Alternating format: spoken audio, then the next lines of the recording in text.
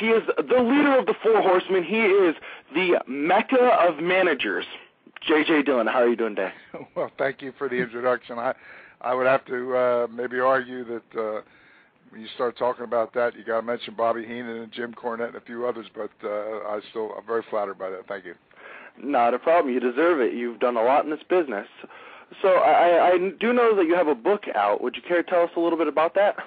Yeah, my autobiography was published in 2005 by Scott Teal, who co-authored Ole Anderson, and done a couple others since that included the assassin Jody Hamilton and more recently Ivan Koloff. But Wrestlers Are Like Seagulls is my life story, and you have to work a little bit to find it. You need to go to my website, jjdillon.com, which takes you to Crowbar Press, the publisher, or go direct to Crowbar Press, and I believe it still maybe is on Amazon.com as well. But if you get it through my website or Crowbar Press, I'm still continuing to autograph copies at no additional charge, just as my way of saying thank you for the people that have supported the effort. That's definitely awesome. Basically, so you say it's your life story, so you do talk a lot about the Four Horsemen in it? Yeah, my career, a lot of people remember me, of course, as the leader of the Four Horsemen, but really that was a snapshot of my career and certainly the highlight of my career. But I wrestled prior to that, had over 3,000 matches in my career that a lot of fans are not aware of. And this autobiography really spans from the time that I first became interested in wrestling as a young kid in New Jersey back in the mid to late 50s, right up through my career, my managerial career, my time with the World Wrestling Federation, working side by side with Vince McMahon for almost 8 years, and then 5 years with WCW before they went out of business. So my career spans 40-some years spread over 5 decades, and I think it's a very interesting story. And when you go to jjdillon.com, you can read all about the book. It's right at the top, and I would encourage listeners to look at the comments of people who have read the book, and that might help you as to whether it's something that you'd be interested in. And you also have a MySpace page endorsed by you as well, I do believe. Yeah.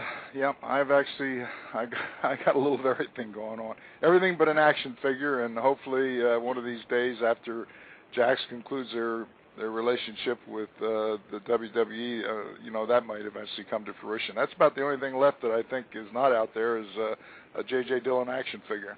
Oh yeah, and they already did the Four Horsemen action figures, but I think it was Ric Flair and Arn Anderson was the one they did. So, yeah. But Jonathan Clark, go ahead with your first question. First and foremost, I'd like to congratulate you on your book, Wrestling with Seagulls. It's always a tremendous accomplishment when a wrestler like yourself puts out a book because it gives you an in-depth look as to really who the person is as an individual, other than who we see inside the wrestling ring. And congratulations going up to you on that, definitely. Well, thank you very much. I appreciate that. And I always felt that the book was really three things. It's for those that are interested in the history of wrestling, since I first started watching, like I say, in the mid-'50s, kind of chronicles where wrestling has gone through the modern era, and at the same time, people wonder how the inner workings of wrestling. If you read the book, it's kind of like I've had it referred to as Wrestling 101 in terms of a breakdown of how the wrestling business has been structured. And even if you're not a wrestling fan, it's still a feel-good story about a kid that found wrestling, fell in love with it, decided that's what he wanted to do, chased his dream, and I'm living proof that dreams can come true. Definitely. Indeed you are, and you can go to jjdillon.com for information on that. But my first question to you has to be, tell us about when you first started wrestling in 1971. Well, I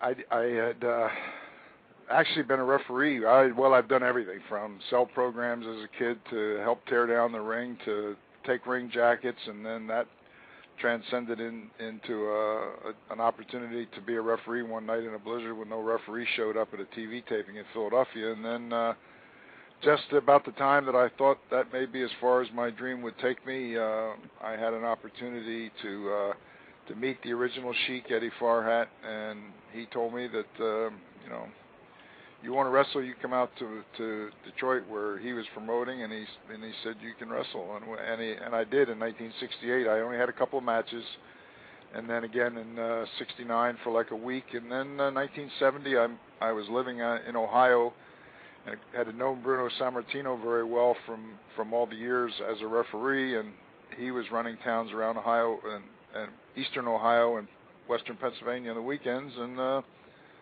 so I started wrestling regularly on a weekend through the 70s, and then in 1971 I had met another wrestler, Jim Grabmeyer, that lived in Ohio, and he would go to the Carolinas every summer, which they would run a lot of outdoor shows, and he took my publicity pictures, and I got a call and said, well, if this is something that you really want to do, they're looking for some people and willing to give you a chance. So 1971, I was months from my 29th birthday. I wasn't a kid anymore. I packed everything I owned in a car and headed south, never having been below Richmond, Virginia at that point, went to Charlotte, and never looked back from there.